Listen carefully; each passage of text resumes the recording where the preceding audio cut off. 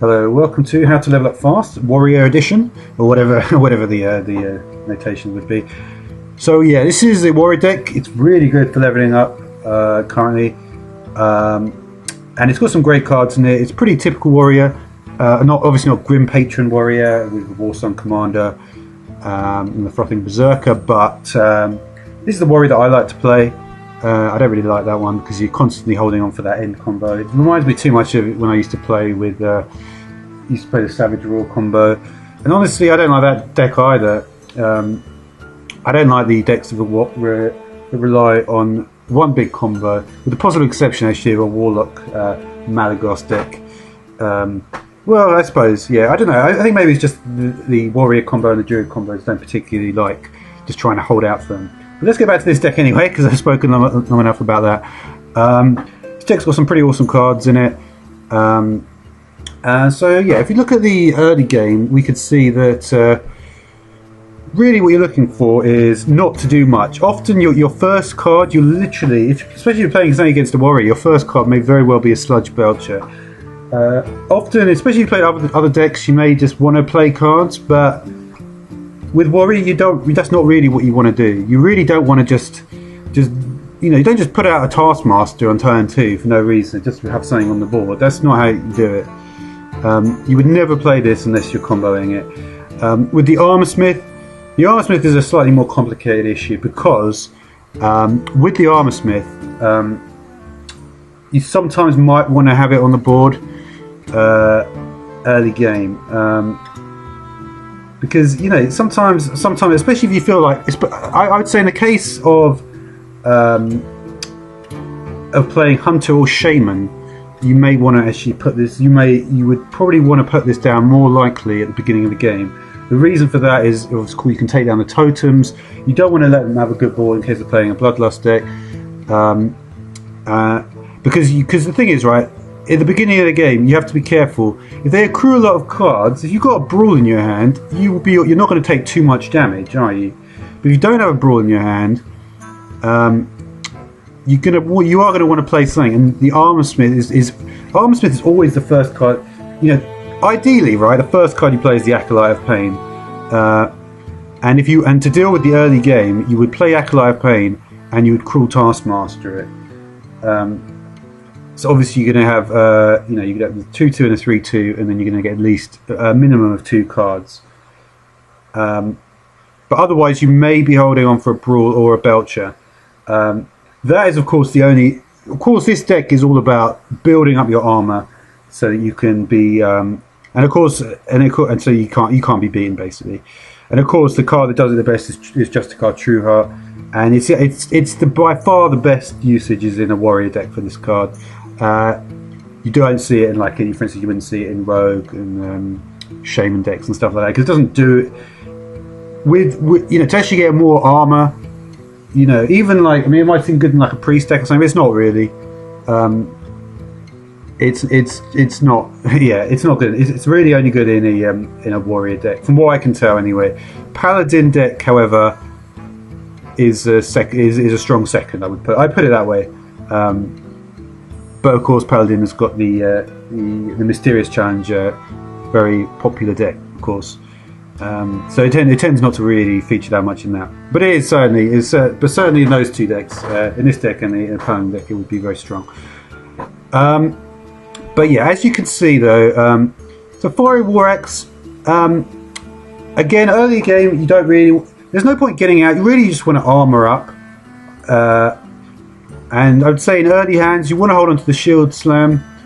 I was trying to think about. Sometimes I've been in a situation where I've played 2 Shield Slams or a Shield Slam Execute, and it's a difficult one to choose. I actually chose Shield Slam Execute purely because I remember back in the early days of Hearthstone, it would be Whirlwind Execute was a very classic play. This is before Grim Patron.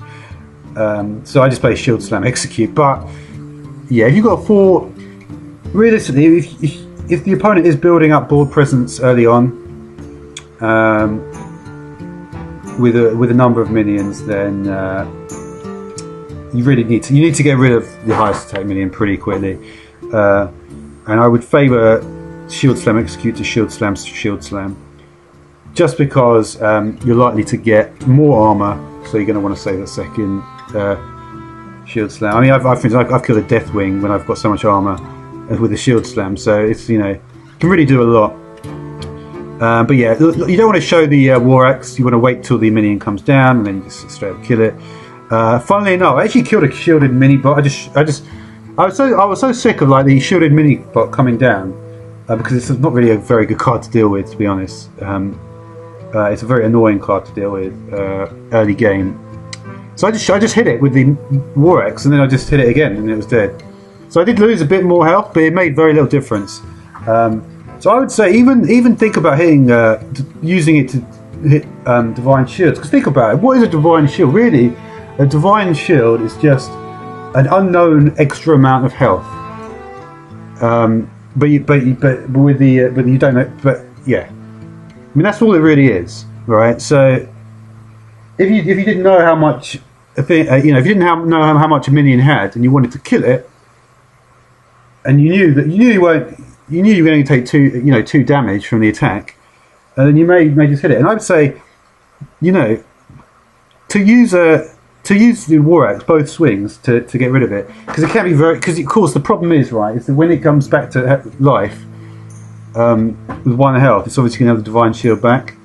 So you want to make sure you get rid of that as soon as possible. But it can be difficult to deal with some of the. Of course, the advantage against Paladin is that if you've got the Brawl, you're going to be they're bound to play Muster for battle.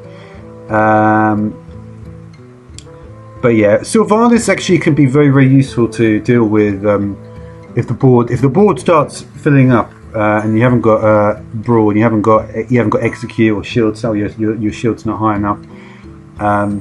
Sylvanas can really be a good equalizer for that. And it can do a lot of really good stuff.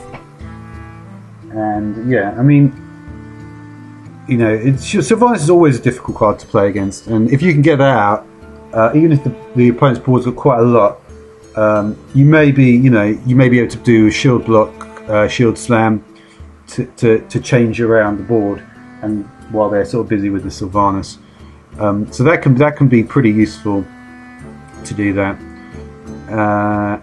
But yeah, so Cool Taskmaster, generally you want to do this on the Acolyte or the Armor Smith just to get rid of the early stuff. Shield Maiden is obviously a card that is very, very important. It's a great card to play. I would say I would probably prefer Sylvanas to Shield Maiden, to be honest. Depending on the state of their board. If they've got a very strong board, you probably want to play Sylvanas, because it's going to be the point where they're going to have enough to get lethal on you. So you do need to play Sylvanas then, just to change their attention from face, and then you can play the Shield, and then obviously Shield Maiden. And the big play is, of course, with the Shield Slam. You really want to be playing that with a combo with Shield Maiden or the Shield Block. So yeah, and I guess, and then you've got some of the big cards, and obviously any deck like this will work. And I mean, Brawl, you have to be very careful of, because you don't just want to. You have to really assess: can I just clear this stuff? That's what you really have to think about. There's always the big game hunter. If they've got a 6 attack or if they've got a 6 attack or a 5 attack, you can call Taskmaster and big game hunter it. That can always be a play as well. Death Spy. Again, really, if you think about it, what combos are there? You're not gonna, don't just hold on for the combo with having your Armor Smith and your Acolyte. If you can get it, you can get it. But Death Spy is not used in the same way it would be used in a Grim Patron deck. So yeah, keep that in mind. Obviously you've got Alexstrasza. Alexstrasza is generally, I would say, the first sort of card you want to play out of the big cards. If you've got loads of big cards, funny enough, let's just pick out the opposite option first of all. If you haven't got loads of big cards and you've got like 10 to 15 cards left in your deck, this is very likely you're probably gonna get a pretty big card here. Think about it.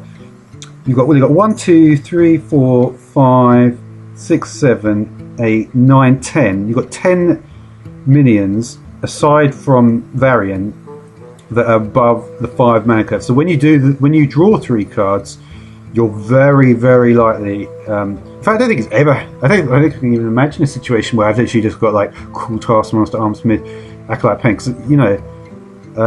Yeah, I can't. Yeah, I don't think it's even possible for that actually to happen. Unless, well, I mean, you could probably just about make it happen if you. But I've never seen it happen. So yeah, so like I say, if you are in a position where the board is fairly sort of stable, I would say it's like they've got a bit of attack. Maybe they're just slightly ahead of you, or maybe even a half decent amount ahead of you. Especially if you haven't got any belchers yet, you could easily pull the belcher, and that could be a very equalizer. So Varian can be a very, very strong card. Very strong card. It's obviously a new card from the new expansion. Alexstrasza again is a very, very useful card to. Generally with Alexstrasza, you're going to be wanting to get lethal within that sort of time frame. But even if you can't, an 8/8 minion for 9 is very, very strong. And obviously, it can if you're very low on health. I don't know. You won't really want to set your own health to 15. Then you're in a very difficult situation anyway. Unless you can perhaps reverse it with a say an execute or something. But yeah, there's that Kel'Thuzad, of course. Really, it's great. Kel'Thuzad is just a very strong minion. You're not always going to use it in the You see, all these minions, they're not being used in perhaps what you could imagine like a perfect, like Kel'Thuzad. You might imagine, with the perfect sort of shaman reincarnation, all that stuff, right? Reincarnate, and it's like not everything's going to be used in quite the perfect way. Same with Alexstrasza. The perfect situation for Alexstrasza is tended to be thought of as the mage with a frost combo at the end. So not always going to get these perfect situations, but these are big minions. Ysera, of course, very, very difficult to take out as well. So yeah, I mean, it's just a very good deck. You can't play too fast. Warrior decks are not made to be played fast. So you really have to never play Shield Block either. Shield Block is not just a card that you just play just because you've got nothing else. You never play Shield Block unless you can get a combo out of it. Or unless you're very low on, or unless you need more health, or you really don't want to be playing Shield Block because, unless of course you need cards. But at the beginning of the game, you don't just play it flat out turn 3. I'd never do that. It's much better to armor up in that turn because you're not really under any threat at that point. So why do you need Shield Block? And the answer is you don't, because you may need it. There may be a point where if you get, for instance, you get a charging minion, or you just get a minion where you would need that armor. Really, you want to be playing it with the Shield Slam. Shield Slam is such a critical card, actually. But yeah. So yeah, I think that'll about do it for this. So yeah, pretty cool deck. Certainly help you level up. So thanks for watching.